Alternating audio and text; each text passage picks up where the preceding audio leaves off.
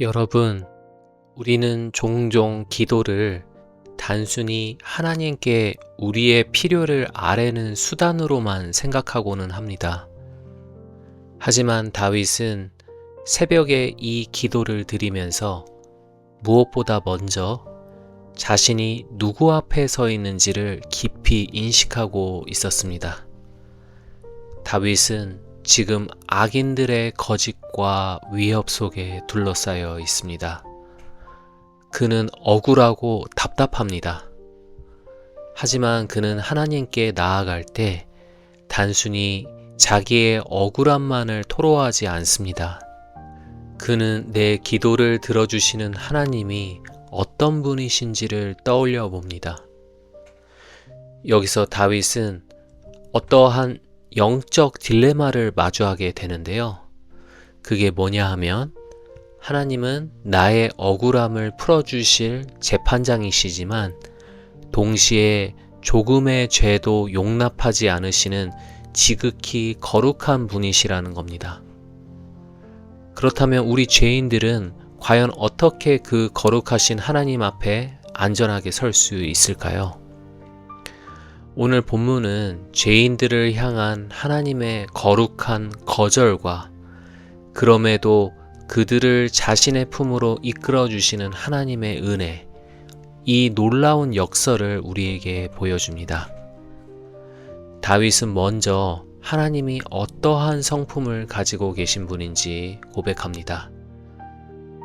4절과 5절입니다. 주님께서는 죄악을 좋아하시는 하나님이 아니십니다. 악인은 주님과 어울릴 수 없습니다. 교만한 자들 또한 감히 주님 앞에 나설 수 없습니다.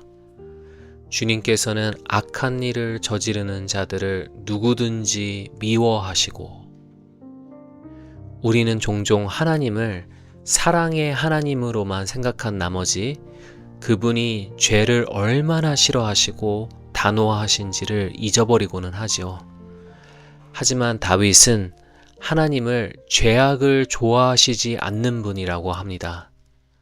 하나님은 소극적으로 죄를 싫어하시는 게 아니라 최고로 의로운 분이시기 때문에 죄에 대해 적극적으로 진노하시는 분이라는 거죠.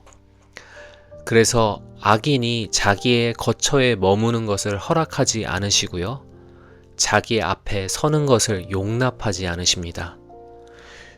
6절에서는 더 나아가서 하나님이 거짓말쟁이들을 멸망시키신다고까지 하죠. 다윗은 이런 하나님께서 자기한테 엄격한 도덕적 잣대를 들이대신다면 그분의 심판 앞에서 자기 또한 살아남을 수 없었을 거라고 말합니다. 이것이 바로 우리 인간의 절망인 것이죠. 하나님은 죄악을 미워하시는데 우리 안에 그 죄악의 씨앗이 있는 겁니다. 그런데 7절에서 놀라운 반전이 일어나죠. 그러나 나는 주님의 크신 은혜를 힘입어 주님의 집으로 나아갑니다. 다윗이 주님의 집에 들어갈 수 있는 것은 그가 악인들보다 도덕적으로 더 의로워서가 아닙니다. 죄인인 우리 인간이 하나님의 집에 들어갈 수 있는 것은 오직 하나님의 크신 은혜를 통해서만 가능한 거죠. 이 크신 은혜를 히브리어로 헤세드라고 합니다. 헤세드. 헤세드는 우리를 향한 하나님의 언약적인 사랑을 말하는데요. 세상 모든 것은 시간이 지나면 다 변하고 말지만 유일하게 영원히 변치 않는 것, 영원토록 가치 있는 것, 그것이 바로 우리 하나님의 헤세드인 것입니다.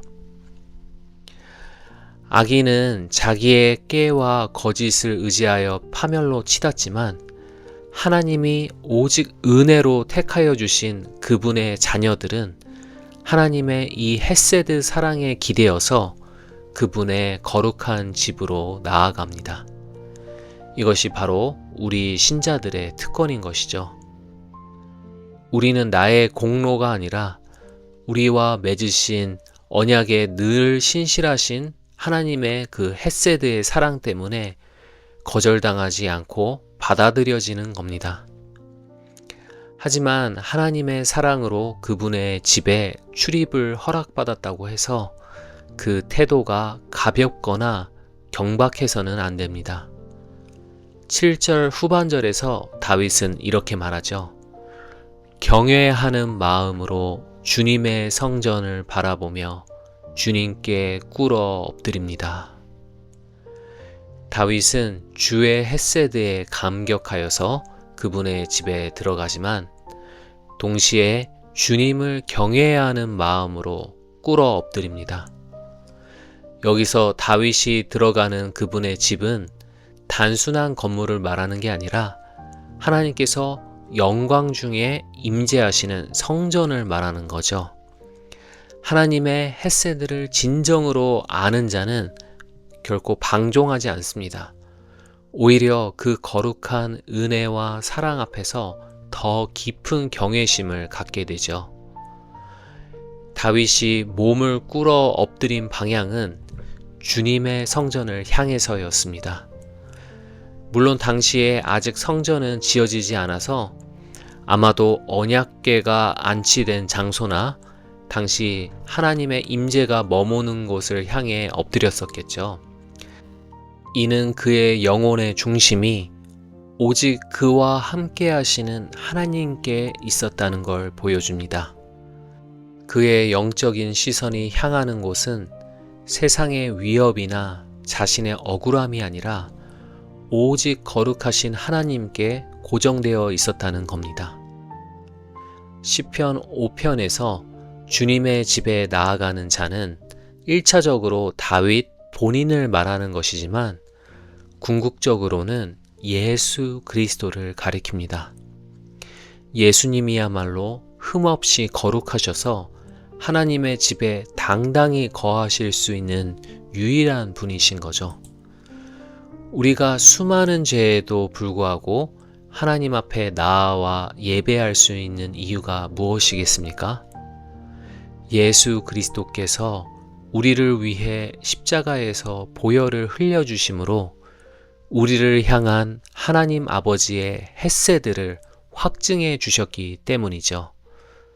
하나님께서 자신의 아들을 내어주시면서까지 우리를 구원하시고자 했던 그 동기, 그것은 오직 헤세드라는 그분의 거룩한 성품 때문인 것입니다.